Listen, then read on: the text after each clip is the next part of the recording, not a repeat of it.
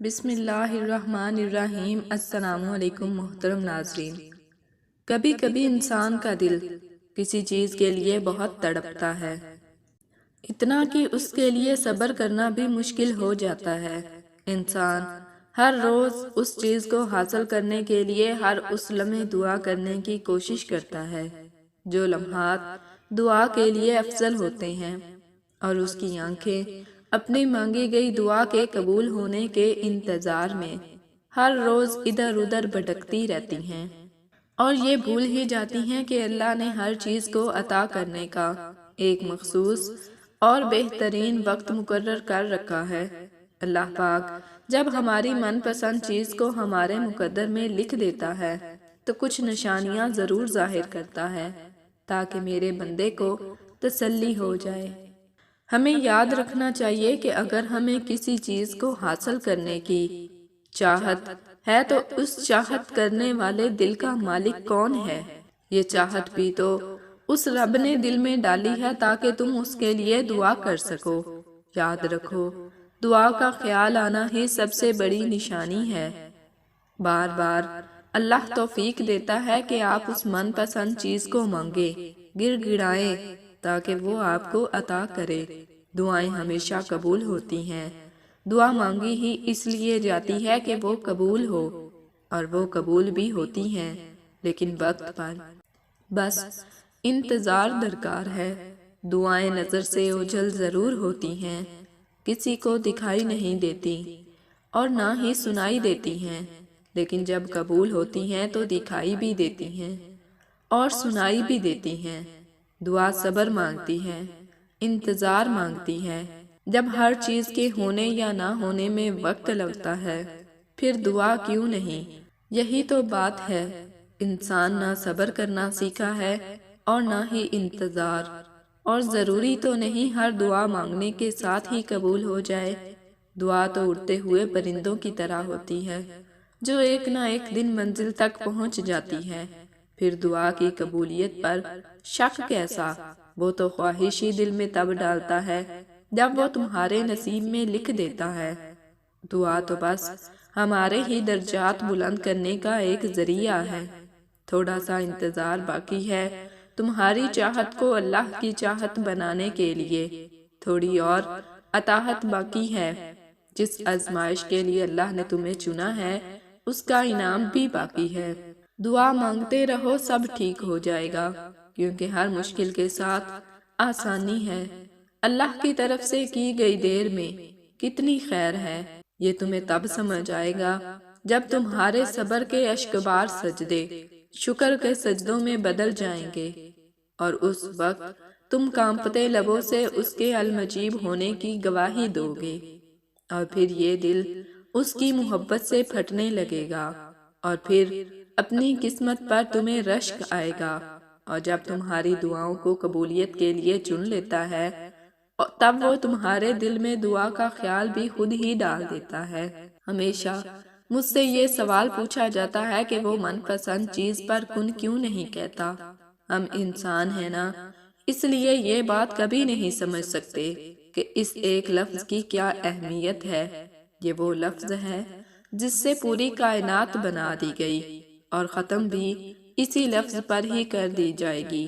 سو اس لفظ کو ایسے ہی کہہ دیا جائے؟ نہیں، اللہ کن تب کہتا ہے جب اپنے بندے کے لیے بہترین کا وسیلہ بنا دیتا ہے۔ وہ چاہتا ہے کہ میرا بندہ صبر کرے۔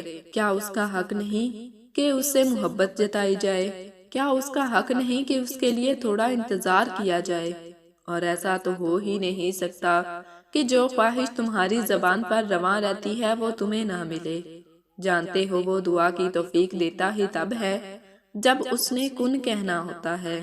ہمارے آس پاس کتنے ہی ایسے لوگ ہیں جو دعا بھی نہیں مانگتے، صرف یہ سوچ کر کہ خدا نہیں سنتا۔ تو اگر تم اس کے کن کا انتظار کر رہے ہو تو کیسے ممکن ہے کوئی بندہ اس کی بارگاہ میں جائے اور سسکتی ہوئی آنکھیں لے کر اور وہ اپنے سینے سے نہ لگائے؟ تو بس انتظار کرو، وہ انتظار کرنے والوں کے لیے معجزے کرتا ہے۔ اللہ دو روحوں کو آزماتا ہے جن کا ایک ساتھ ہونا مقصود ہے۔ محبت جتنی مضبوط ہوگی امتحان اتنا ہی سخت ہوگا۔ اللہ آپ کی دعا سنتا ہے، دیکھتا ہے آپ کے لیے کس حد تک جانے کے لیے تیار ہیں، اپنی خواہش کے لیے آپ کتنا برداشت کر سکتے ہیں۔ وہ ہمیشہ ہمیں اس چیز سے آزماتا ہے جس سے ہم محبت کرتے ہیں، لیکن دعا کرتے وقت وہ ہمارے اخلاص کو نہیں بھولتا۔ اگر دو بندوں کا ساتھ لکھا جا چکا ہے تو کوئی اسے بدل نہیں سکتا۔ اس طرح اگر کسی کا نہ ملنا لکھ دیا جائے تو وہ 1000 کوششوں کے باوجود نہیں مل سکتا۔ اگر اللہ نے آپ کو کسی شخص کا تحفہ دینا ہے تو وہ کوئی نہ کوئی وجہ بنا دیتا ہے۔ اگر رب آپ کو کسی خاص دعا کی طرف رہنمائی کرتا ہے جب وہ چیز آپ کی دسترس میں ہوتی ہے۔ اکثر میرے دل میں ایک بات آتی ہے کہ جو لوگ کسی کے لیے اچھا نہیں سوچتے، کیا وہ بھی اللہ کی طرف سے ہوتا ہے؟ اس کا جواب بھی خود ہی مل جاتا ہے کہ وہ خیال شیطان ڈالتا ہے اور ہمیں اللہ سے دور کرنے کے لیے کرتا ہے۔ اللہ تو بس یہ دیکھتا ہے کہ اس کا بندہ یا بندی کیا شیطان کے وسوسوں میں آئے گا یا نہیں، مگر ہم شیطان کے جال میں آ جاتے ہیں۔ مگر اللہ تو اللہ ہے نا، وہ کیسے بھٹکنے دے گا اپنے بندے کو جو 70 ماؤں سے زیادہ اپنے بندے سے محبت کرتا ہے۔ پھر وہ انسان کے دل میں اپنا خیال ڈالتا ہے جس سے بندہ دھیرے دھیرے اللہ کی طرف پلٹنا شروع ہو جاتا ہے۔ ہم اکثر یہ سوچتے ہیں کہ اللہ ہم پر ایسے معجزات کیوں نہیں اتارتا جیسے اس نے نبیوں پر اتارے، لیکن ہم یہ نہیں سوچتے کہ کیا ہم ان کی طرح اللہ کو منانے کی کوشش کرتے ہیں؟ کیا ہم ان کی طرح لگن سے دعائیں مانگتے ہیں؟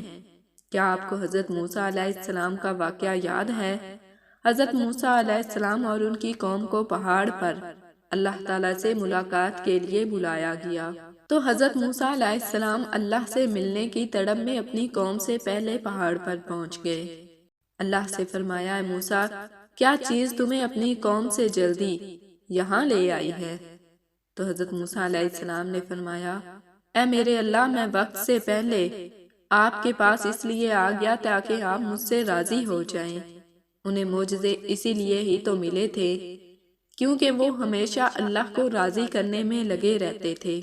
تو تم بھی موسیٰ جیسی لگن پیدا کرو، پھر دیکھو کیسے تمہارا رب تمہاری دعائیں قبول کرتا ہے اور کیسے تمہارے لیے معجزے ہوتے ہیں۔